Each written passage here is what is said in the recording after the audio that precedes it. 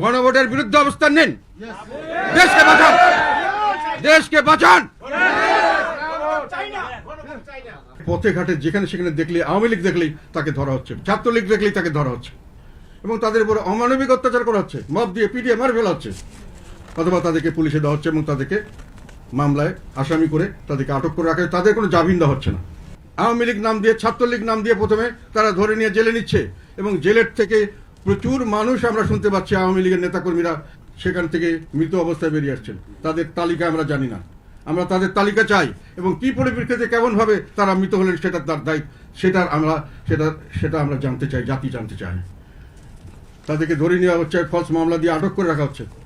এখন বর্তমান সরকার তাদের নিয়োগদাতা এবং তাদের গার্জিয়ান এবং তাদের যারা অভিভাবক বলে দাবি করছে সেই দল মিলে দেশে একটা নাজিজম সৃষ্টি করার চেষ্টা করছে এবং এখানে নাৎসি হিসাবে তারা আবির্ভূত হয়েছে। নাৎসিরা একটা জিনিস করতো, তারা বলতো যে জার্মানরা সবচেয়ে শ্রেষ্ঠ জাতি পৃথিবীর মধ্যে, তারা শৌর্যে বীর্যে, তাদের মেধায়, স্বাস্থ্যে তারা হলো শ্রেষ্ঠ এবং এই জার্মান জাতি ছাড়া বাকি সব জাতি হলো এগুলো দেশের পৃথিবীর জন্য জঞ্জাল, তারা পৃথিবীর সম্পদ বিনষ্ট করে, তাদেরকে শেষ করে দাও। এটাই ছিল জার্মানির আমাদের অ্যাডলফ হিটলারের থিওরি।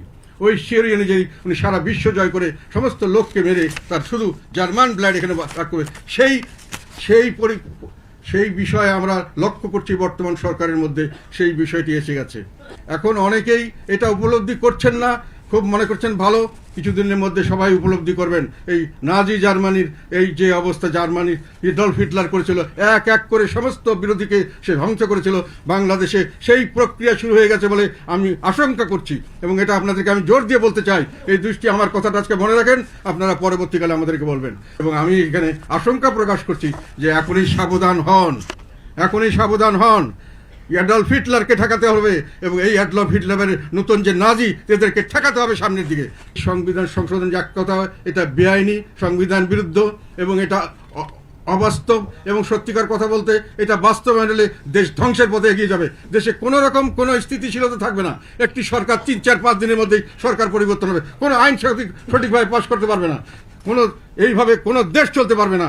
দেশের স্বার্থে, জনগণের স্বার্থে এবং আইনের শাসনের স্বার্থে আমরা বিশ্বাস করি যে এই গণভোটকে আমাদের সকলকে প্রত্যাখ্যান করা উচিত, না ভোট দেওয়া উচিত এবং এই গণভোট প্রতিষ্ঠিত না হোক সেটাই আমরা চাই, আমরা দাবি করি। গণভোটকে না ভোট দিন, গণভোটের বিরুদ্ধে অবস্থান নিন, দেশকে বাঁচান, দেশকে বাঁচান।